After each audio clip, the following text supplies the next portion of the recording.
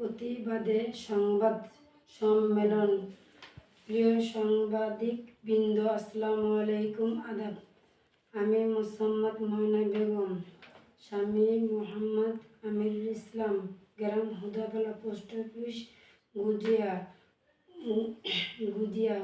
উপজেলা, শিবগঞ্জ জেলা, বগুড়া।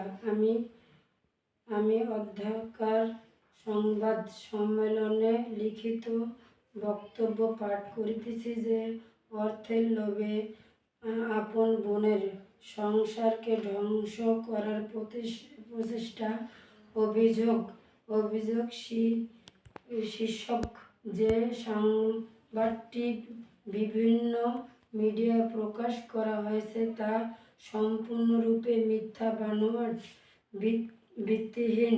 প্রকৃত সত্য এই যে আমার স্বামী সমাজে একজন প্রতিষ্ঠিত ব্যক্তি। তার সম্মান ক্ষুণ্ণ করার জন্য একটি কুচক্রী মহল উঠে পড়ে লেগেছে। আমার স্বামী বাড়িতে শিমুলের শ্বশুর আমার স্বামীর ভগ্নিপতি মামুন ঘর জামাই থাকতো এবং 20,000 টাকা মাসিক বেতন কেয়ারটেকার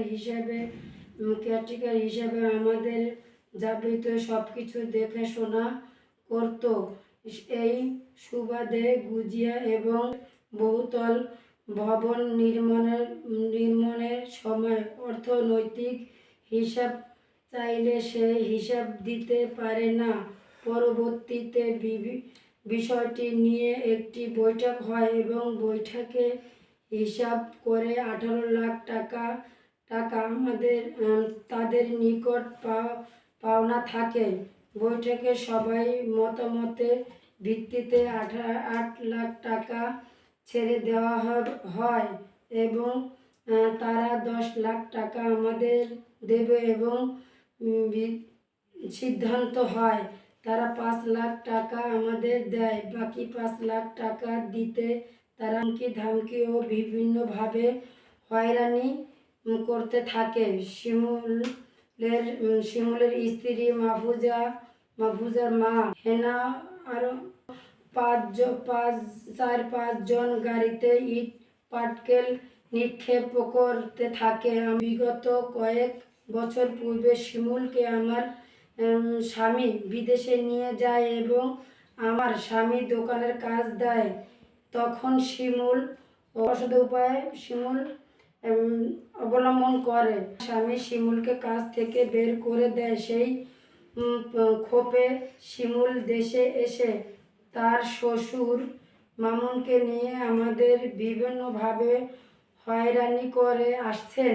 আমার ছেলের হলে আমাদের ইনকাম 4 টাকা পয়সা আছে, মারধর করে, হামকি দেয়। এখানে হচ্ছে ভাই আমার খুবই ভালো ভাই, কথা মতো ছিল। উনি তো আমার ভাগ্নি জামার কিছুই জানেন না। ভাগ্নি জামার মধ্যে দোষ।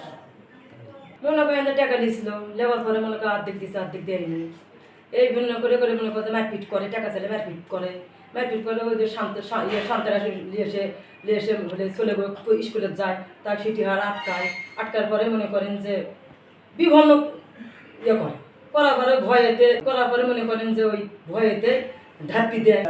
ধরেন ওই যে বিদেশ গেল, বিদেশ থেকে আলু ধরেন দোকান মেরেলে চলে এলো শিমুল। তারপরে শিমুল চাচার সাথে দুটো কথা হয়, কাটাকাটি হয়, মাছ তো মেরে এখন আমার দেয়। আর এই দাড়ি করার মধ্যে 18 লাখ টাকা পায় এখন।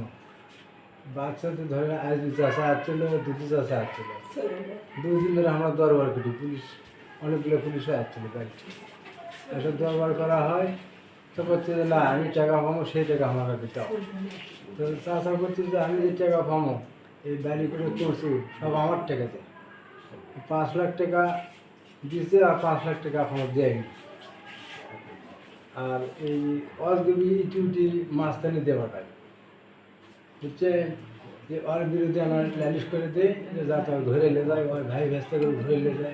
আমার স্বামী আমিরুল ইসলাম, ওনার ভাগ্নি জামাই শিমুল উদ্দিন। ওনা আমাদের বাড়িতে কয়েকদিন থাকতেছিল। থাকতে কষ্ট দেখে শিমুলুদ্দিনকে বিদেশ পার করে নিল। আমাদের টাকা দিয়ে অর্ধেক টাকা দিয়েছে আর অর্ধেক টাকা আমার স্বামী দিয়েছে, দিয়ে নিয়ে গেল। নিয়ে যায় কোম্পানি দিয়ে দিল। 2 বছর থাকছে, থেকে বাড়ির ছুটিতে আইসে, ছিল সুপার মার্কেট। ওই মার্কেটের ওই যে টাকা পয়সা নিয়ে বাড়িতে চলে আসছে। আইসা আপনার আমতুলি বিলিং করছে। আসে শিমুলের শ্বশুর সম্পর্কে শিমুলের শ্বশুরও আমাদের এই কাজ করতেছিল এখানে বিল্ডিং গুজিয়াতে।